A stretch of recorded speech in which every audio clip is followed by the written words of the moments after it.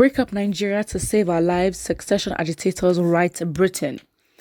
The Nigerian Indigenous Nationalities Alliance for Self-Determination has urged the British High Commissioner to Nigeria to allow for self-determination of the regions as being canvassed for in some quarters.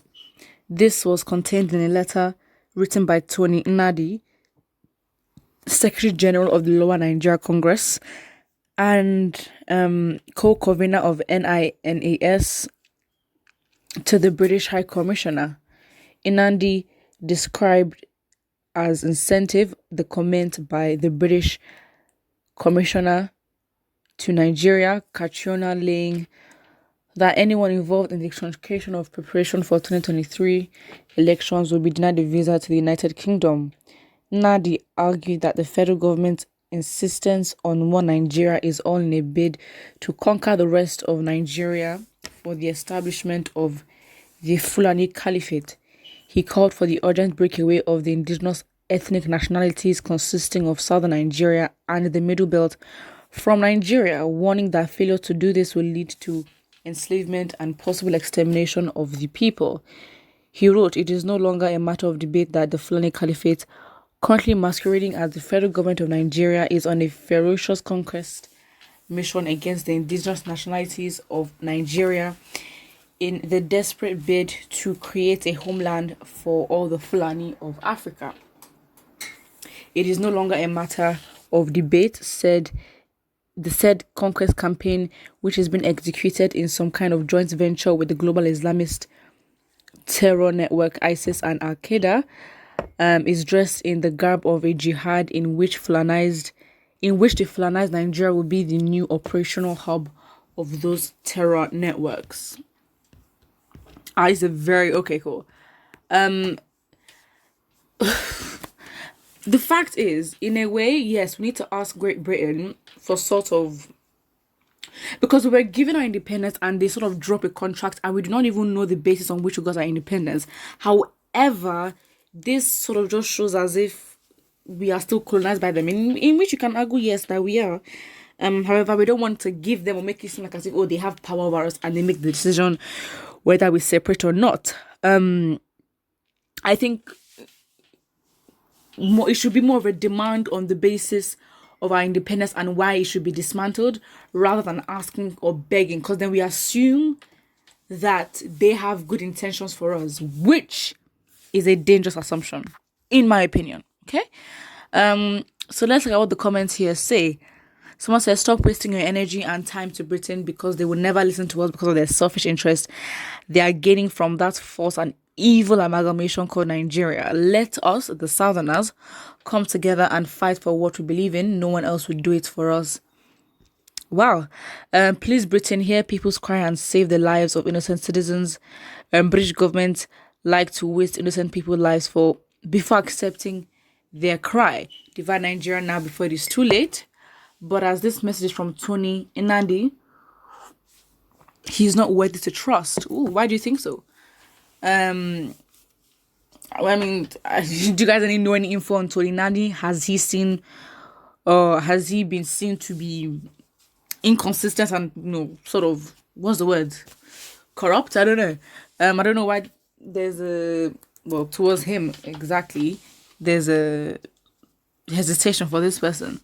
Okay, so somebody says, wow, I roundly commend Big Brother Tony Nnadi for this decisive piece. I hope for more of this is not the futile push of a new Nigeria.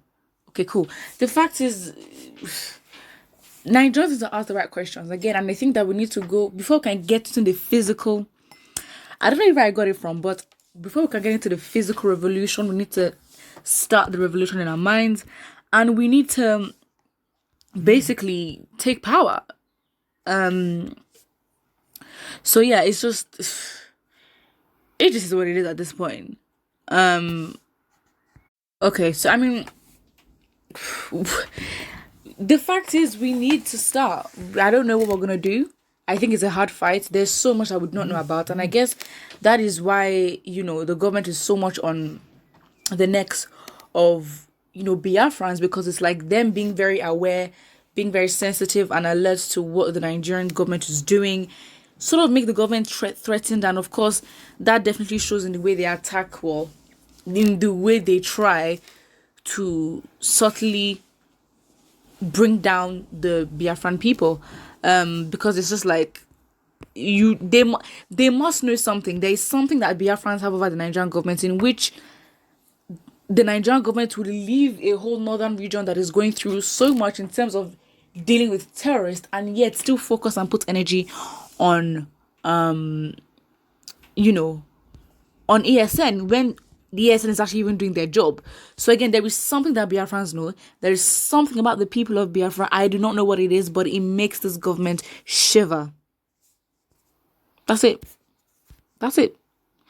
So yeah, it just is what it is at this point. It really is what it is. Because again, it's like, until we're ready to change our mind and mentality, that will then determine how we're gonna fight physically to get our land back. Because again, it's very much important. And I'm gonna read what Malcolm X said about land and freedom. So for Malcolm X's message to the grassroots, he says, "Land is the basis of all independence. Land is the basis of freedom, justice, and equality." Exactly. And he continues and says, "The white man knows what a revolution is. He knows that the black revolution is worldwide in scope and in nature." Woof! Preach. And I think that, again, for us to get to this point where we can understand who we are, the respect that we have, and understand the autonomy we have, that we should have actually, over our resources, our decisions, and the way we interact, and to understand that, again, that physical revolution is not going to happen. And sometimes that doesn't mean we can't provoke, that doesn't mean things cannot change. However, we have to understand that the mentality needs to change first. But then before we start thinking of our mentality, we have to look at our physiological needs and safety first of all. Again, if you look at Carol's hierarchy of needs, or Maslow's hierarchy of needs, that's basically what it is. You'd see that before you get into a thing of esteem, self-actualization, you have to have physiological needs and your safety needs met first of all. And again, it's like, that is basically the basic problem of Nigeria before we actually start thinking of a revolution. That's just what it is. So put what you think about this in the comment section below, and do not forget to like and subscribe.